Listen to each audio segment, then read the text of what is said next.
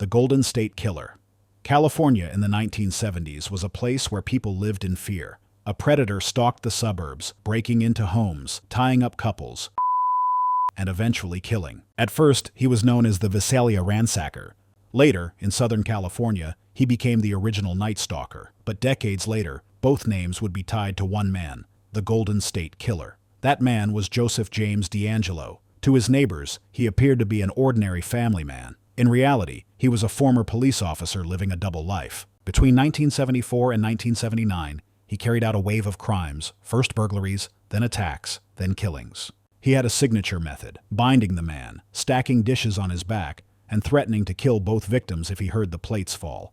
Survivors later recalled him breaking down in tears mid-assault, crying, "I hate you, Bonnie," a reference to his ex-fiancée. At the time, investigators had almost nothing to work with. He left no fingerprints and also avoided leaving other clues. For years, the Visalia Ransacker in Northern California and the original Night Stalker in the South seemed like separate criminals. It wasn't until DNA testing in the 1990s that detectives confirmed they were the same person. True crime writer Michelle McNamara gave him the name that stuck, the Golden State Killer. Even with DNA, his identity remained a mystery. That changed in 2018, when investigators tried a new technique, forensic genealogy. They uploaded his genetic profile to GED Match, a public database used by individuals researching their family history. The results didn't name him directly, but they revealed distant cousins. Building thousands of connections across sprawling family trees, detectives narrowed the search to two men. One of them was Joseph DeAngelo. DeAngelo was 72,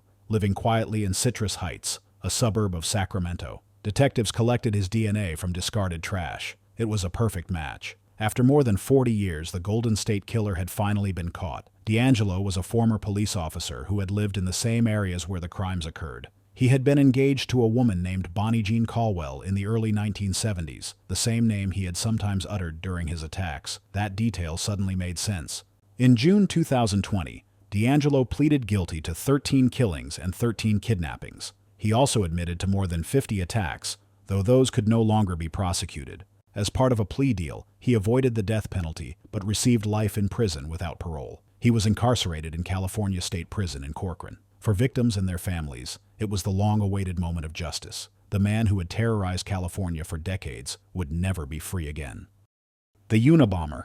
Imagine a terrorist so elusive that the FBI chased him for 17 years with a 150-agent task force and still came up empty. His bombs were handmade, left no fingerprints, and followed no clear pattern. For years, the Unabomber seemed impossible to identify, until one unexpected clue broke the case wide open, a few familiar words that only his brother recognized. Ted Kaczynski grew up quiet and withdrawn. His brother remembered him hiding in the attic when visitors came. Their mother believed his fear of abandonment came from being hospitalized as a baby. By the age of 16, he was a math prodigy at Harvard. There, he took part in secret psychological experiments led by Professor Henry Murray, a former CIA researcher. Students were asked to share their personal beliefs, but were then mocked and interrogated, with recordings of their words being played back at them. Kaczynski's code name in the study was Lawful. It was the same year, he later said, that he turned against modern technology. But here's where things take a darker turn.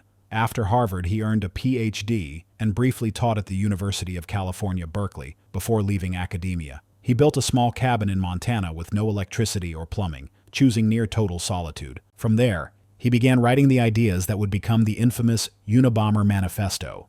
His relationships frayed. He accused his parents of never loving him, was fired from his brother's factory job after harassing a co-worker, and grew increasingly hostile toward the modern world. And this is when the bombing started.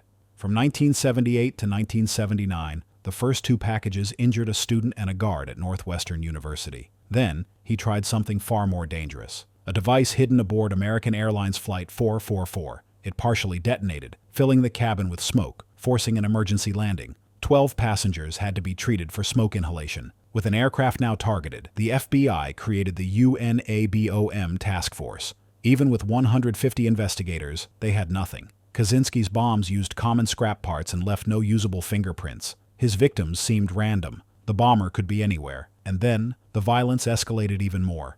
In 1985, he killed his first victim. Computer store owner Hugh Scruton in Sacramento was killed by a package delivered outside his business. 2 years later, another victim named Gary Wright was left badly injured. and a witness gave police the now famous sketch of a hooded man in sunglasses. For a moment, it seemed like the break they needed, but no one recognized him, and the trail went cold. After 6 years of silence, Kaczynski struck again. Professors at Yale and the University of California, advertising executive Thomas Mosser, and forestry official Gilbert Murray were all targeted and killed. Death tolls rose. Fear spread.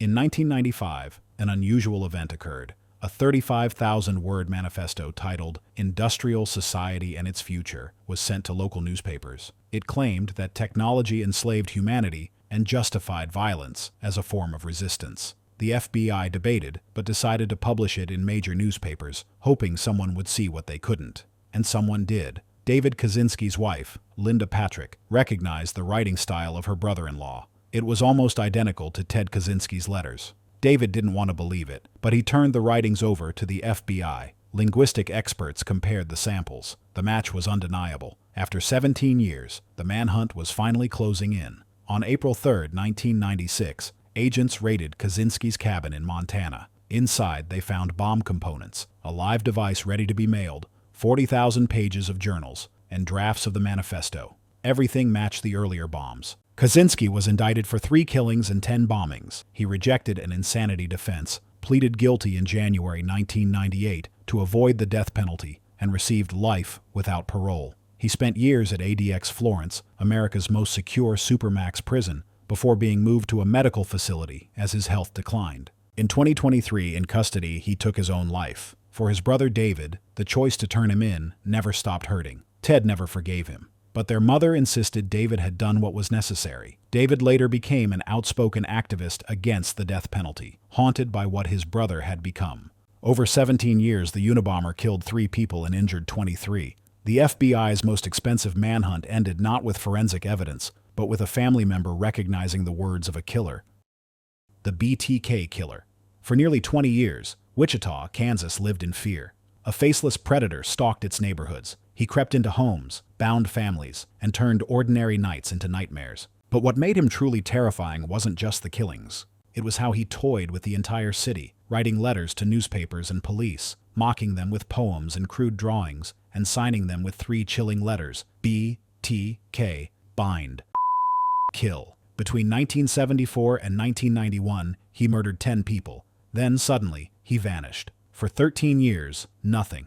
No crimes, no letters. Many thought BTK was dead, locked up, or simply gone, but the silence wouldn't last. In 2004, a single newspaper article suggesting the BTK case had gone cold was enough to bring him back. BTK responded with a letter to the police confessing to an old case and including the victim's driver's license as proof. More messages followed, some hidden inside cereal boxes. Inside were letters, puzzles, and drawings describing his crimes. Each was delivered with the same cold confidence. He believed himself to be more intelligent than everyone else, but this time, police were ready, and BTK would make one mistake too many. In one note, he asked detectives if he could send a floppy disk to the police without it being traced. And he demanded they answer honestly. Investigators responded with a fake newspaper ad, assuring him it would be safe. BTK took the bait. The floppy disk arrived with only a single test file, but hidden in the metadata was a name, Dennis. It also showed that the disk had last been used at Christ Lutheran Church. The church president's name? Dennis Lynn Rader. BTK had just exposed himself with a single click. Police put him under surveillance. They spotted him driving a black Jeep Grand Cherokee, the same type of vehicle seen near one of the drop sites. To be sure, investigators obtained a DNA sample from a used tissue that Rader had thrown in a Dillon's grocery store trash can. The test confirmed a conclusive match to DNA recovered from the 1974 killing of 14-year-old Josephine Otero. On February 25, 2005, Dennis Rader was arrested. At first, he denied everything, but soon he began to talk, and he wouldn't stop. Over 30 hours of chilling confessions followed, where he described each crime in detail. He admitted to binding and killing his victims to satisfy violent fantasies. But even as he confessed, Rader still couldn't believe how he'd been caught. When police told him the floppy disk betrayed him, he was visibly shocked. "Why did you lie to me?" he asked. The reply was simple: "Because we were trying to catch you." With overwhelming evidence, Dennis Rader was convicted of 10 killings. He is now serving 10 consecutive life sentences without the possibility of parole. He was sent to the El Dorado Correctional Facility in El Dorado, Kansas, a maximum security state prison. BTK, the killer who thought he could outsmart everyone, will spend the rest of his life behind bars. This mystery may be over, but the next one will keep you up at night. Watch now.